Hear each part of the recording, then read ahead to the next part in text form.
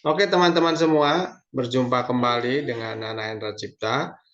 Pada kesempatan kali ini, kelas tutorial kita akan membuat kuesioner dengan menggunakan Google Formulir.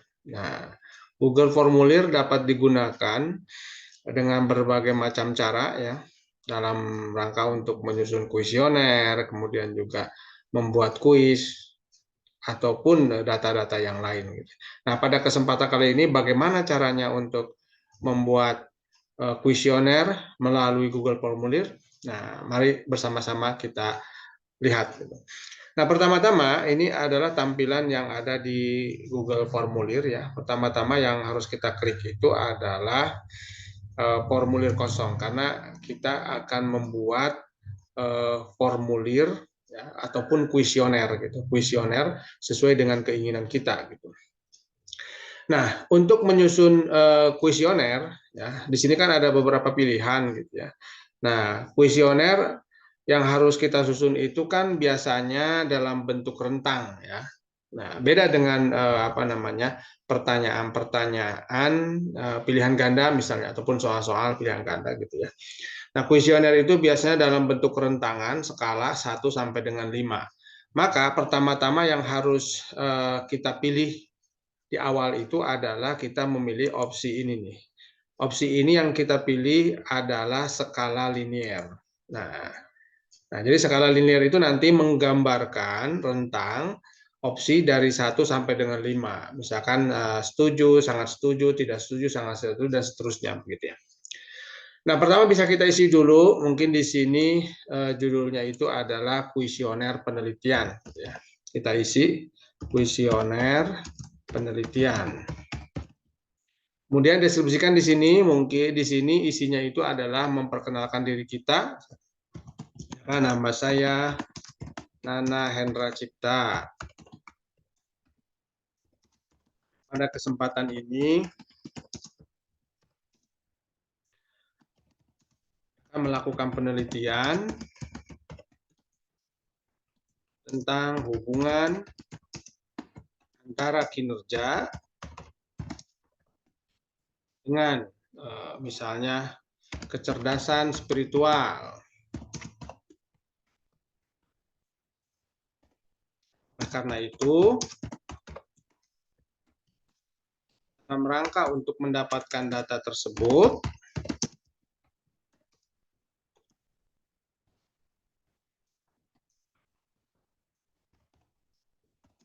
maka kami memohon kesediaan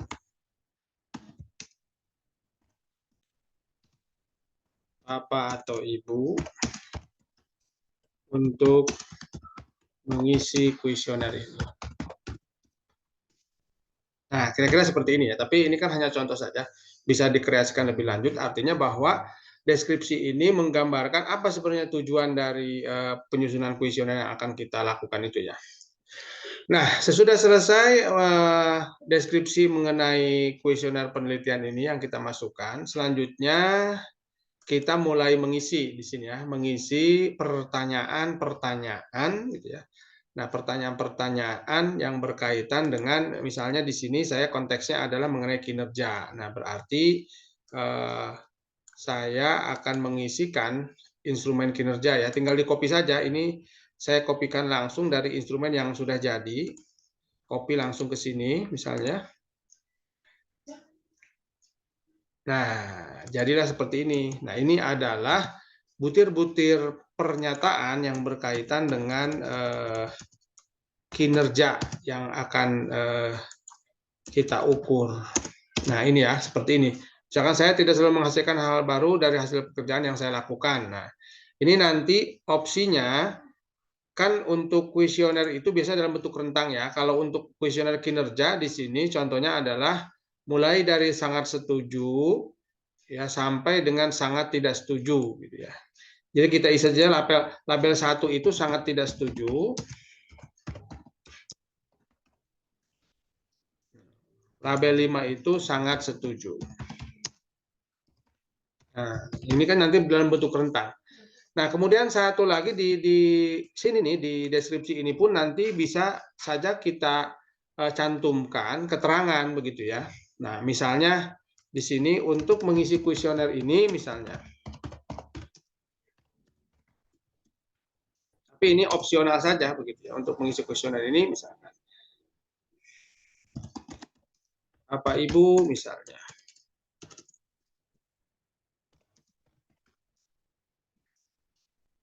Memilih opsi yang tersedia. Adapun misalnya urutan opsi adalah sebagai berikut.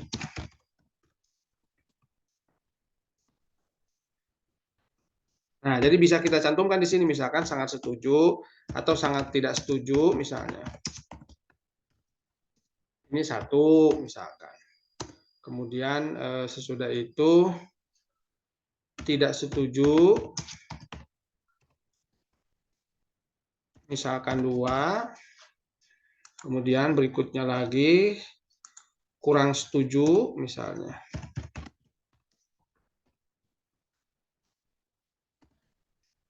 Misalkan 3, setuju, misalkan 4, sangat setuju, akan 5. Nah, jadi rentangnya 1 sampai dengan 5 begitu ya.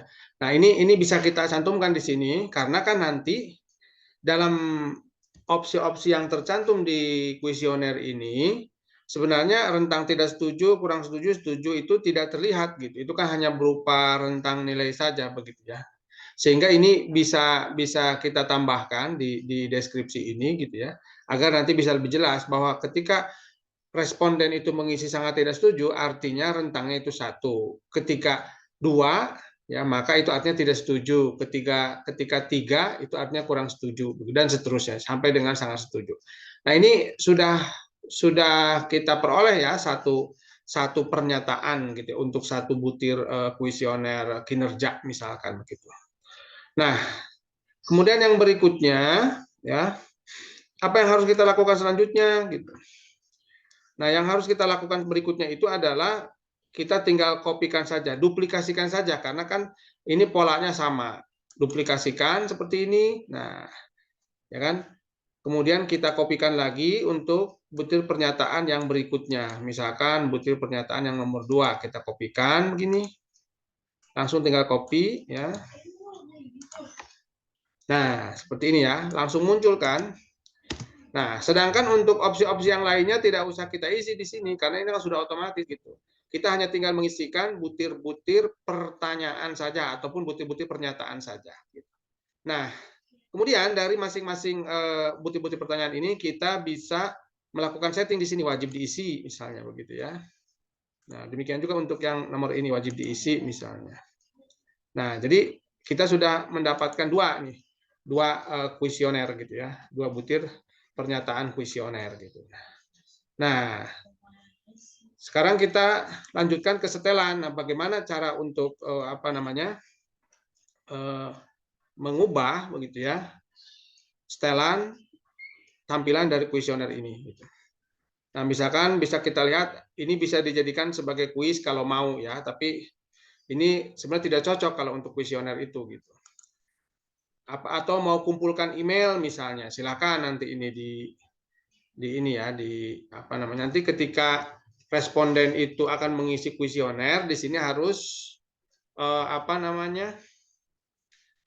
harus mencantumkan email begitu ya. Nah, kemudian di sini nih bisa saja perlu login atau tidak perlu login, tapi sebaiknya ketika kita akan menyusun kuesioner ini gitu ya, sebaiknya ini jangan dibatasi begitu. Jangan dibatasi hanya pada salah satu lembaga tertentu misalkan ini di sini kan Minister of Education and Culture misalnya gitu ya. Ini tinggal kita klik saja di sini gitu. Jadi responden itu bebas nanti untuk mengisi, tidak perlu login melalui email-email dari Minister of Education and Culture gitu ya. Jadi bebas saja begitu. Sebaiknya begitu gitu. Jadi artinya memang untuk setelan ini sebaiknya tidak dibatasi saja begitu ya kira-kira. Nah, kalau batasi ke satu jawaban itu bisa saja begitu ya kalau mau gitu ya. Sehingga tapi nanti responden akan diwajibkan untuk masuk ke Google melalui email begitu ya. Nah, baik sampai di sini ya. Ini kan kita sudah dapat dua pernyataan begitu. Baik, ini kira-kira cara untuk menyusun kuesioner cukup mudah sekali begitu ya. Tinggal nanti untuk selanjutnya kita kirim misalnya. Kita kirim akan muncul seperti ini ya. Nah, tinggal kita perpendek tautannya, kita salin. Nah, salinan ini nanti bisa dikopikan ke WhatsApp gitu, ataupun melalui email dan lain sebagainya gitu ya. Kita hubungkan ke responden begitu. Nah, baik itu kira-kira cara untuk menyusun kuesioner ya dalam bentuk skala 1 sampai dengan 5 gitu ya. Mungkin ini ya, nanti kita berjumpa kembali pada tutorial berikutnya. Terima kasih.